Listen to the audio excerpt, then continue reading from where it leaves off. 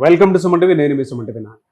చాలా మందికి అంటే నీ పెయిన్ ఉంటుంది, నెక్ పెయిన్ ఉంటుంది, అండ్ దాంతోపాటు బ్యాక్ పెయిన్ కూడా ఉంటుంది. అటువంటి వాళ్ళు పర్ఫెక్ట్ సొల్యూషన్ కోసం చూసేటువంటి వాళ్ళు ఎవరైతే ఉంటారో, మనం జనరల్గా అనుకుంటాం మనకు తెలిసినటువంటి మెడిసిన్ ఒకటి వేసుకుంటే ఖచ్చితంగా ఆ అవర్స్ వరకు మనకు ఆ రిలీఫ్ దొరుకుతుంది. కానీ పర్మనెంట్ సొల్యూషన్ కావాలి అనుకున్నటువంటి వాళ్ళు ఎవరైనా సరే ఈ వీడియోని మొత్తం పూర్తిగా చూడండి. ఈరోజు మనతో పాటు ఎపిఎన్ నుంచి కో ఫౌండర్ మృణాల్ చంద్ర గారు ఉన్నారు. వారి మాటలో అడిగి తెలుసుకున్నాం. Hello ma'am. Hello. So direct treatment దగ్గరికి వచ్చేసాను. చాలా మందికి ఏంటంటే షోల్డర్ పెయిన్ అనగానే ఇంట్లో చెప్పుకోలేరు, కానీ అండి జనరల్గా షోల్డర్ పెయిన్ వచ్చేసిందంటే కనీసం మొబైల్ ముట్టుకోలేరు, షర్ట్ వేసుకోలేరు, అండ్ ఆఫీస్లో కూడా కనీసం మౌస్ కదిలించాలన్నా కూడా చాలా పెయిన్ ఉంటుంది. ఇంట్లో వాళ్ళకి చెప్పుకుందాం అనుకుంటే వీళ్ళు మన వల్ల వాళ్ళు సఫర్ అవుతున్నారేమని చెప్పేసి వాళ్ళు కూడా చెప్పడం మానేస్తారు. తెలిసిన పెయిన్ కిల్లర్ ఒకటి వేసేసుకుని వచ్చేస్తుంటారు. బట్ మీరు ఇక్కడ రైట్ ట్రీట్మెంట్ ఒకటి ఇస్తున్నారని చెప్పేసి అర్థమవుతుంది నాకు. ఏం జరిగింది, ఏ విధంగా ఉంటుంది అసలు? సో ఇప్పుడు షోల్డర్ పెయిన్ కి చాలా చాలా రీజన్స్ ఉంది. సో జనరల్ గా పబ్లిక్ కి ఇది ఫ్రోజన్ షోల్డర్ గురించి ఐడియా ఉంది, బట్ అన్ని షోల్డర్ పెయిన్ ఫ్రోజన్ షోల్డర్ వల్ల కాదు కదా. ఫ్రోజన్ షోల్డర్ కి రీజన్ ఉండాలి. ఇది జాయింట్ కి సపోర్ట్ కోసం 4-5 మసిల్స్ ఉంది, దాంట్లో ప్రాబ్లం ఉందా, టెండన్ లో ప్రాబ్లం ఉందా, లోపల వాటర్ ఉందా, అరుగుదల వల్ల ఉందా, షుగర్ వల్ల, అన్కంట్రోల్ థైరాయిడ్ వల్ల కొన్నిసార్లు ఇది అరుగుదల అడిజివ్ క్యాప్సులైటిస్ అవుతుంది, దాని వల్ల ఉంది. సో ఇది ఐడెంటిఫై చేయాలి. సో పేషెంట్స్ కి ఫస్ట్ క్లినికల్ హిస్టరీ ప్రకారం ఏ మూవ్మెంట్స్ లో నొప్పి ఉందా కొన్ని ఐడియాస్ అవుతుంది. తర్వాత ఇది నా దగ్గర ఇది ఫోకస్ అల్ట్రాసౌండ్ ఉంది, పాయింట్ ఆఫ్ కేర్ అల్ట్రాసౌండ్. ఈ అల్ట్రాసౌండ్ లో అన్ని స్ట్రక్చర్ ఐడెంటిఫై చేస్తాము. బైసెప్స్ దగ్గర నీరుందా లేదా, జాయింట్ లో ప్రాబ్లం ఉందా లేదా, కండరాలు కట్ అయిందా, స్ట్రెయిన్ ఉందా, ఆర్ టేర్ ఉందా, టేర్ సైజ్ ఎంత ఉందా, పార్షియల్ ఉందా, ఇది ఇన్కంప్లీట్ కంప్లీట్ ఉందా, అన్ని ఇది మ్యాపింగ్ చేసిన తర్వాత ప్రోటోకాల్ చెప్తాను. జనరల్ గా షుగర్ పేషెంట్స్ కి అన్కంట్రోల్ షుగర్ ఉంటే అడెసివ్ క్యాప్సులైటిస్ కామన్ ఉంది. So first thing is sugar control లో పెట్టాలి.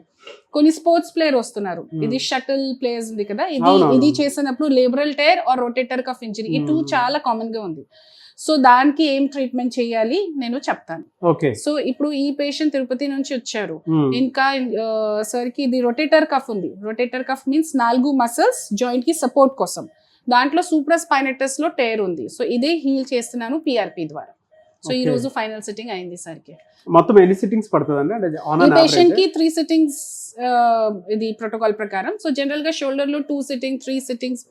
కొన్ని ఏజ్ వల్లకి చాలా అరుగుదల ఉంటే జాయింట్ మొత్తం స్టక్ అయిన తర్వాత మేబీ 4 సిట్టింగ్స్, బట్ జనరల్ గా 2-3 సిట్టింగ్స్ సరిపోతుంది. మెన్ కి విమెన్ కి మీరు చూసినటువంటి డిఫరెన్సెస్ ఏ విధంగా ఉంటుంది అంటే షోల్డర్ పెయిన్ ఒక్కొక్కరు వాళ్ళంటే కిచెన్ లో రెగ్యులర్ గా రెగ్యులర్ కుక్కర్ లిఫ్ట్ చేస్తున్నారు కదా, కుకింగ్ ఇది మూవ్మెంట్ ఉంది, బట్ ఈ 3 మూవ్మెంట్స్ వల్ల ఫీమేల్స్ కి చాలా కామన్ ఉంది. ఇంకా టీచర్స్ ఉన్నారు కదా బ్లాక్ బోర్డ్ లో, నా దగ్గర shoulder patients most commonly teachers వస్తున్నారు. బికాస్ బ్లాక్ బోర్డ్ లో కంటిన్యూస్ ఉంది కదా, కొన్ని సో మెనీ ఇయర్స్ నుంచి దే ఆర్ రైటింగ్. ఇది ఓవర్ యూజ్ వల్ల టెండినోసిస్. ఎలా అండి అంటే మీ దగ్గరకు వచ్చే వాళ్ళకి ఇనీషియల్ దాని నుంచి కనుక కంపేర్ చేసుకుని చూస్తే అంటే ఏ పాయింట్ లో మీ దగ్గరకు రావచ్చు అంటారు? అండ్ ఇనీషియల్ టైం నుంచి కనుక మనం చూసుకుంటే ఎన్ని సిట్టింగ్స్ లో ఇది మనకి రిలీఫ్ దొరికే అవకాశం? ఫస్ట్ ఆఫ్ ఆల్ మీకు నొప్పి స్టార్ట్ అయిన తర్వాత ఇవాల్యుయేట్ చేయాలి. కొన్నిసార్లు మీకు ఇనీషియల్ డేస్ లోనే నొప్పి ఉంటే ఫిజియోథెరపీ చేస్తే టాబ్లెట్స్ యూస్ చేస్తే తగ్గిపోతుంది. కానీ మీకు 2-3 మంత్స్ తర్వాత కూడా అలాగే నొప్పి ఉంటే మూవ్మెంట్స్ రిస్ట్రిక్ట్ అయిన తర్వాత తప్పకుండా చెక్ చేయాలి. అంటే ఏ ఫ్లూయిడ్ వల్ల ఏదైనా డిస్టర్బెన్స్ అవడం వల్ల ఎందుకు అలా వస్తుంది? మెయిన్ రీజన్ ఇస్ రాత్రి నిద్ర disturbance. Okay restriction of movement means ఇది ముందు ఇది లిఫ్ట్ చేసినప్పుడు ఇది మూవ్మెంట్ ఎంత ఓకే ఉండే, బట్ ఇప్పుడు అనేబుల్ టు డూ. ఓకే ఈ 2 రెడ్ ఫ్లాగ్స్ ఉంది.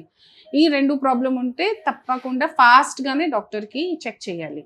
సో ఇది ఆ టైంలో ఎక్స్రేలో జనరల్ గా ఎక్స్రే చేస్తారు. ఎక్స్రేలో బోన్స్ కనిపిస్తుంది, మసల్లో ప్రాబ్లం, నీర్ ఉందా లేదా, కార్టిలేజ్ ప్రాబ్లం ఎక్స్రేలో తెలీదు. సో ఎంఆర్ఐకి అవసరం ఉంటే ఆర్ ఇప్పుడు ఇది జనరల్ గా ఇది పెయిన్ ఫిజిషియన్స్ దగ్గర వెళ్తే అల్ట్రాసౌండ్ లో చూస్తాను. మీకున్న 10 years ఎక్స్పీరియన్స్ లో లక్షల మంది పేషెంట్స్ కూడా మీరు చూసుంటారు. జనరల్ గా ఈ ట్రీట్మెంట్ తాలూకు అంటే జనరల్ గా ఈ పిఆర్పి ట్రీట్మెంట్ తాలూకు రిజల్ట్ గా మనం చూసుకుంటే ఒక్కొక్కరికి ఒక్కో డిఫరెన్స్ ఉంది. సో ఇనీషియల్గా అంటే ఎంత రోజుల్లో వాళ్ళు ఆ ట్రీట్మెంట్కి సంబంధించినటువంటి రిలీఫ్ని దొరికింది అనుకోవచ్చు. సో ఈ shoulder as compare to other body part shoulder కి రిజల్ట్ చాలా ఎక్కువగా ఉంది. ఓకే, ఎన్ని డేస్ లో వచ్చే అవకాశం ఉంది? సో షోల్డర్ కి ఫస్ట్ సిట్టింగ్ తర్వాతే ఇంప్రూవ్మెంట్ మంచిగానే స్టార్ట్ అవుతుంది. సో ఫస్ట్ ఇంజెక్షన్ లో ఇది హైడ్రోడైలిటేషన్ చేస్తాము మూవ్మెంట్ ఓపెనింగ్ కోసం. సో దాంట్లోనే కొన్ని పేషెంట్స్ కి 60-70 వరకు ఇంప్రూవ్మెంట్ అవుతుంది. తర్వాత if it is because of sugar, so sugar control కోసం చెప్తున్నాను.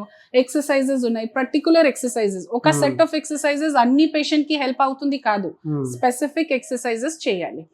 తర్వాత బరువు లిఫ్టింగ్ పని చెప్పాను కదా, ఫీమేల్స్ కి కొన్ని రెస్ట్రిక్షన్స్ చేయాలి. అండ్ జనరల్ గా మేల్ పేషెంట్స్ లో డ్రైవింగ్ లో రెస్ట్రిక్షన్స్ ఏమీ లేదు. ఓకే, బికాస్ ఇది ఈ షోల్డర్ నొప్పి వల్ల చాలా మంది అడుగుతున్నారు డ్రైవింగ్ లో. సో డ్రైవింగ్ లో రెస్ట్రిక్షన్స్ ఏమీ లేదు. Only thing is gym activities, బరువు లిఫ్టింగ్ యాక్టివిటీస్ 4-5 months వరకు అవాయిడ్ చేయాలి. ఓకే అండి, అంటే ఎక్కడెక్కడి నుంచో వస్తున్నారు. ఈయన ఎక్కడి నుంచి వచ్చారండి? తిరుపతి నుంచి. ఓకే, సో తిరుపతి నుంచి కూడా వచ్చి ఇక్కడికి వచ్చి ట్రీట్మెంట్ తీసుకుంటూ ఉన్నారు. అలా లక్షల మంది ఉన్నారు. అంటే మా నొప్పిని భరించుకొని ఒక్కొక్క మెడిసిన్తో పోతుంది అనుకునేటువంటి వాళ్ళు ఖచ్చితంగా మీరు చేస్తున్నది రాంగే. అలా అని కాకుండా ఒక పర్మనెంట్ ట్రీట్మెంట్ కోసం రావాలి అనుకునేటువంటి వాళ్ళు